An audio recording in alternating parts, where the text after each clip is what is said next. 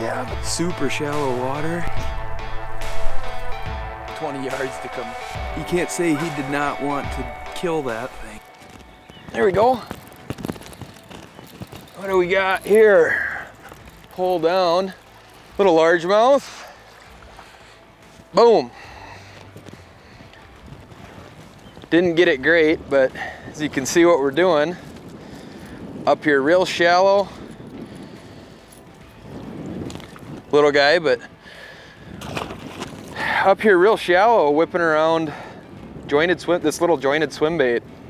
It's a pretty cool little profile, more of a bluegill profile-ish.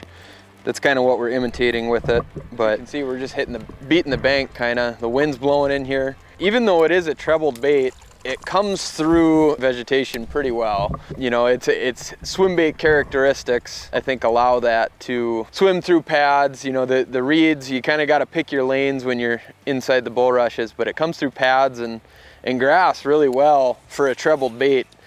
You know, obviously swim baits are just great to cover water with, like we're doing today, you know, fishing it super shallow, finding the warmest water possible.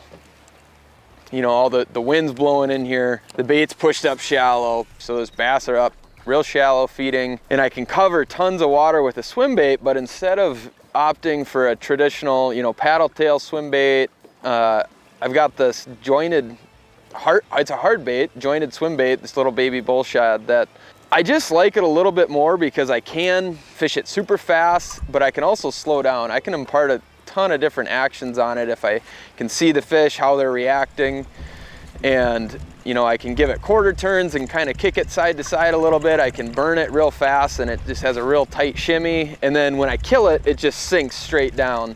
And that can be a really key triggering factor at times to get those followers or just maybe those little bit less active fish to bite, instead of just a traditional paddle tail where you're just, you know, you're chucking and winding. That's about all you can do. You know, you can deflect it off a cover and stuff, but there's not much else. And I'm not saying that's bad, because they do catch fish, but it just seems like today that being able to impart a ton of different actions on it is triggering more strikes. Not just casting it out and winding it in, you know, I'm burning it, changing speeds, kicking it right and left.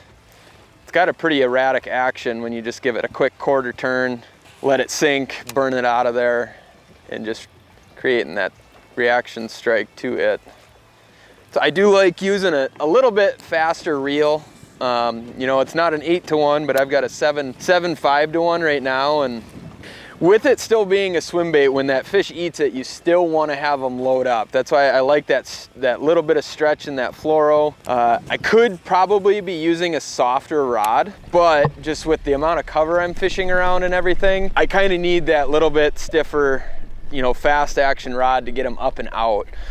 With that being said, you know, with it's still a swim bait, and you like to have that fish load up on that bait. You feel that bite and you give them a split second before you swing on them.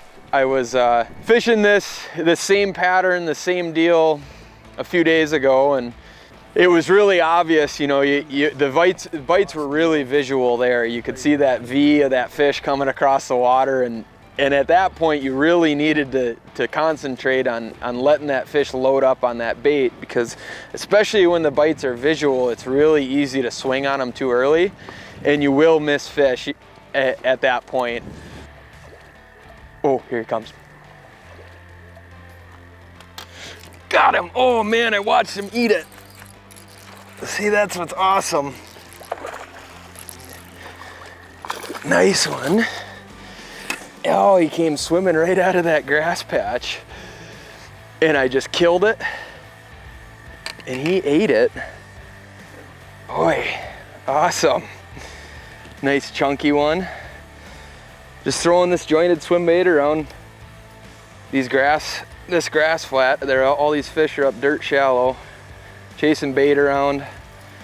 Awesome little bait imitating profile. Yeah. Good deal.